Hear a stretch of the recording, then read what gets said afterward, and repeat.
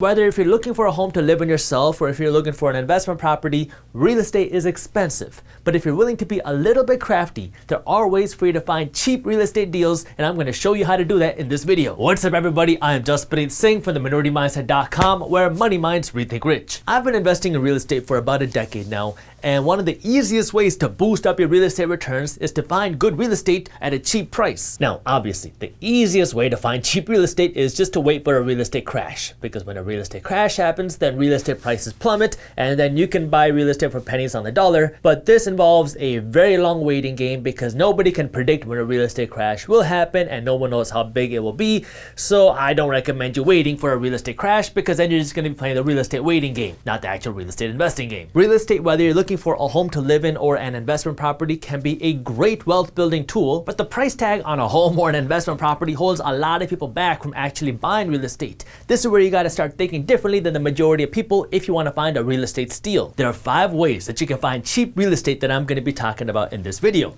You can find distressed real estate. This is properties that are either physically distressed or financially distressed. You can find real estate foreclosures. You can find short sales. These are properties that haven't gone into foreclosure yet, which allow you to get them for a steal. You can find probate deals, or you can find FSBOs. These are the 5 things that I'm going to be talking about in this video. But before I get into that, I need you to do me a quick favor and smash that thumbs up button below. And also, if you are interested in investing in real estate, but you don't have the cash to start investing in real estate yet, the one thing that you can also consider is crowdfunded real estate, because that allows you to get exposure to real estate investment properties without having to actually buy an entire investment property yourself. If you want to learn more about that, our team put together an amazing article that breaks down how crowdfunded real estate works and how you can get started investing in crowdfunded real estate. If you want to learn more about that, you can read the article on our website, theminoritymindset.com, and I'll link it for you in the description below. Let's start by talking about distressed real estate. In the real estate world, distressed means beat up. This could be beat up properties physically, or this could be beat up properties financially. So when we talk about a physically distressed property,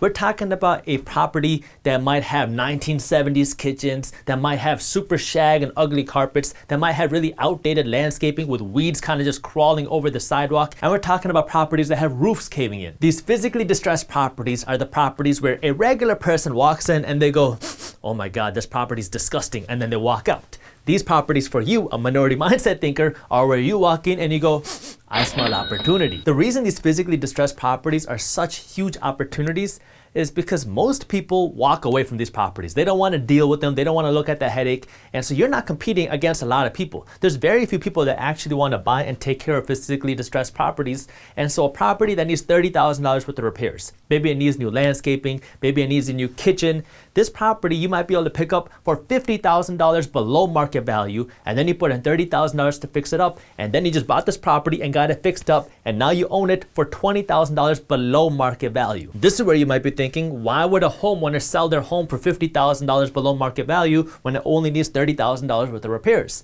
Well, for one, nobody's buying the home because there's very little competition when it comes to actually buying this home, because most people don't want to deal with the headache. And second, the homeowner might not have the cash, or they might not be wanting to deal with this headache. Maybe this homeowner has just lived in this property for a long time and it has become so outdated because it never did any renovations, and they just want to sell it with the least headache possible. Or maybe this homeowner has a bunch of different properties and something's going on with their own personal finances, and they don't have the ability to take care of this property or make the renovations. And so now you can come in and you can take the headache off of their chest, and you can buy the property for cheap and fix it up, and now you own a property below market value. Another word the realtors have been using nowadays to describe these physically distressed properties is a handyman special. Handyman specials typically mean that you're able to buy a property that is beat up and you're getting this property on sale because it needs work. The second type of distressed or beat up property is a property that's financially distressed. So this is more in your multifamily properties. You're not going to really see this in your single family homes, because the whole idea behind a financially distressed property is this owner, this landlord owns this property with multiple units, and they're not making any money. Either they don't know how to take care of the property, they don't know how to find tenants, they don't know how to manage their tenants, but in any case, they're not making money and they are losing money, and now they need to just get the property off their books so they can stop bleeding cash. When a person is in this situation where they are losing money, they will sell their property at a discount. That way they can stop bleeding money. This is an opportunity for you to come in because you can take this headache away from them. And if you are able to take away this pain from them, they will give you the property at a discounted price. And so if you have the team, the management company, or the tools and the resources to manage this property better, now you can find this financially distressed property and you can fix it up and you got to buy the property at a huge discount. The thing you got to make sure you understand about financially distressed properties is why the property is financially distressed. Because if this property is financially distressed because nobody wants to live in this neighborhood or the city, you're going to have a much tougher time turning this property around. But if it's financially distressed because the property owner is not taking good care of the property, maybe they don't have the money to do the necessary renovations, maybe they're not taking care of the tenants, maybe they don't know how to find good tenants. If these are the reasons why it is financially distressed, then you can come in, put some money into the property to turn it around, and now you can own a great property. The easiest way to find these type of distressed properties is to work with a good real estate agent who is familiar with working with handyman specials or distressed properties. So if this is what you're looking for, make sure you're working with a real estate agent who has experience with this. And chances are this is going to be a real estate agent who works with a lot of investors, because mainly the people buying physically and financially distressed properties are real estate investors. So you probably want to find a realtor who has experience working with real estate investors. The second way that you can find cheap real estate is by looking at real estate foreclosures, and you have a couple of different types of real estate foreclosures. You have bank foreclosures, which is when you don't pay your mortgage and the bank takes your property back, or tax foreclosures, which is when you're not paying your property taxes or your water bill, and now the city comes and takes your property, or your county takes the property away from you. When I was in law school, I spent a lot of long hours trying to figure out how that process works, but instead I'm going to focus on how you can make money or find deals through foreclosure properties. After a property gets foreclosed on, whether it's a bank foreclosure or a tax foreclosure, the first thing that's going to happen is it's going to be put on sale in an auction. And so when it's put on sale in an auction, this is where you can come in and you can bid on a property. The thing that you got to understand about these auctions is there's a difference between bank auctions and tax auctions, because when a bank is going to go sell this property, they're going to try to get as much money as possible. Versus when a city or a county try to sell a property, they're just going to try to get the back taxes. So that's just kind of like a little technical difference when it comes to these auctions. But in both instances, these auctions give you the opportunity to buy a property for way below market value, because you have a lender or a county that's just trying to get rid of a property. If a foreclosed property does not sell at this auction, then it's going to be put on sale in the public market. This is called the MLS, the multiple listing service. This is where realtors market all of their properties, and then everybody has the opportunity to now go and try to buy this property. These type of foreclosure auctions happen all around the country. All you got to do is type in your state or your county and type in property foreclosure auction, and you're going to see a bunch of information on either tax foreclosures or bank foreclosures. But the thing you got to understand about foreclosure auctions is they come with their own fair share of risk, because you're not going to get to know all the information about the property, and you don't have a whole bunch of kind of protections if something goes wrong. When a bank or a government repossess a property through a foreclosure, they're not going to try to put in any work. They're not going to try to see what repairs need to be done, or they're not going to look into the title of the property. They're just going to want to give you the property. And so when you buy a property through a foreclosure auction, you're typically going to get something called a quitclaim deed. And what a quitclaim deed says is that I, the seller, am giving you whatever I own. Now, the tricky thing about this is the seller, the auctioneer, the people, the lender, or the government, they don't know what they own. They might not even own the property. And so they're giving you whatever they own, but you have no kind of protection as to knowing what you're actually buying, because the sellers are not going to be willing to guarantee anything. This is where you got to be crafty and be willing to do some research, and you definitely want to get an attorney and probably a title company on your side. That way you can kind of figure out what you're exactly buying. So what you want to do if you're looking into these foreclosures is you want to actually go through the property and do a property inspection yourself. That way you can see what repairs actually need to be done before you start bidding a price. And secondly, you want to know exactly what it is you're buying. Are you buying a property here or here with a whole bunch of liens, meaning a whole bunch of money that you owe, whether it's to the city or whether it's to other people, contractors who might have put a lien on the property? And you want to know exactly how much property are you buying. One time I bought an apartment complex. It wasn't a foreclosure, but it was a distressed property. And the apartment complex kind of sat like this. You had a property with a whole bunch of land. There was a couple of different buildings. And so I bought this property, and what I later found out was that there was a lien, there was a bank loan on this property on this portion of the property right here. It was like a quarter of the property. And when I went to buy the property, nobody told me about this. The seller didn't know it, the title company I worked with didn't see it, and the attorney I worked with didn't see it because nobody had told us about it. And so I owned this property, and about a year after me owning this property, my attorney got a foreclosure notice because the bank that owned the loan on this property, this piece of property right here, said that we weren't paying this mortgage because no one knew about it.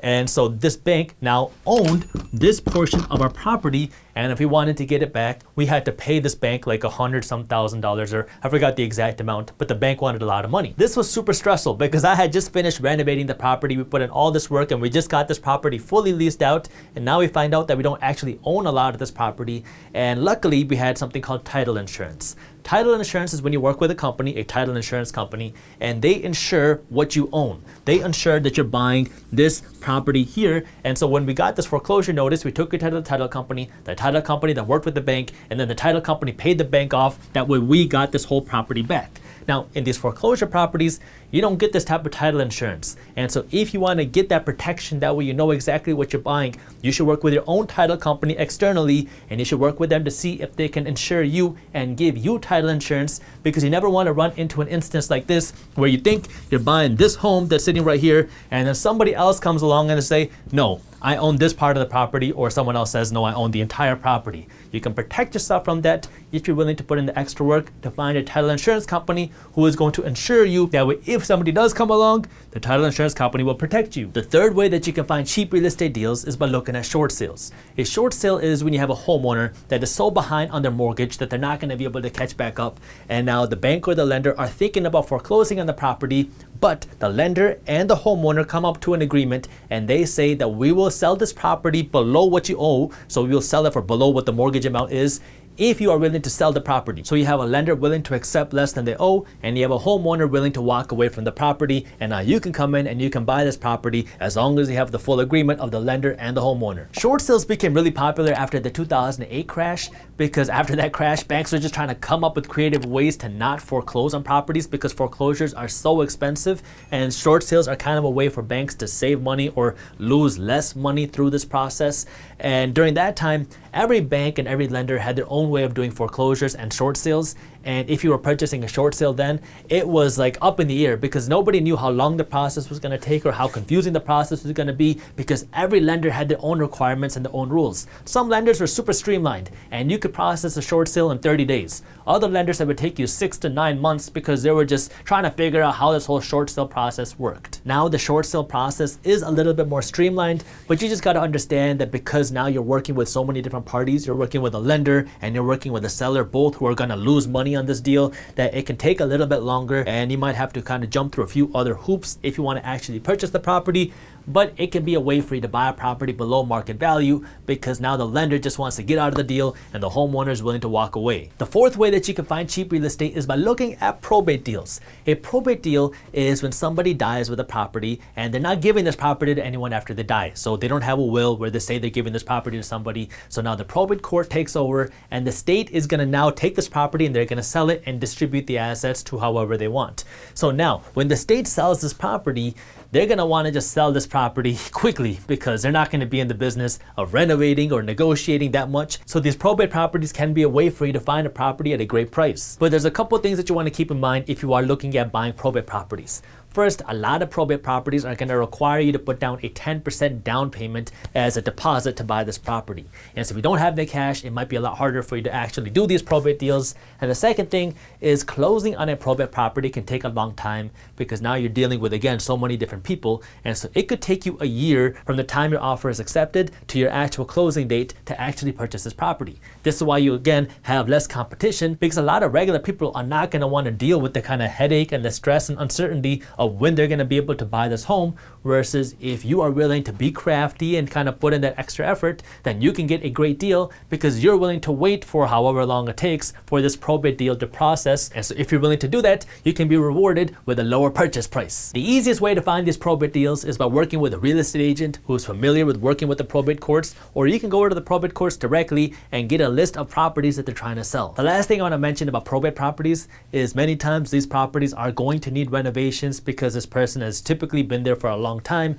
and then again this probate process takes so long, and so this property chances are has been sitting there for a long time, and so you might need to come in and renovate the property. And so if you're not willing to do that, then these probate deals might not be for you. And the fifth way that you can find cheap real estate deals is by looking at FSBOs, which is a real estate acronym for sale by owner deals. These are deals where somebody is selling their home themselves without going through a real estate agent, and so you might have a little bit more negotiating room because the seller might not know exactly what what their property's worth, because a real estate agent's job is to just get the best price possible. And second, because the seller doesn't have to pay all these real estate fees and all these other kind of selling fees that you would have to go through if you sold your home through a realtor, they might be more willing to negotiate on the price because now they don't have to pay all this money in fees. There are a ton of ways to find these FSBO deals, and this is kind of like a whole industry in and of itself, because everybody is trying to find owners who want to sell their homes. Real estate agents are, real estate wholesalers are, and now you might be as well. And so this is all about you being creative. Like, the most simple way is just to be driving around neighborhoods and see properties that have for sale signs where it's not a real estate agent for sale sign,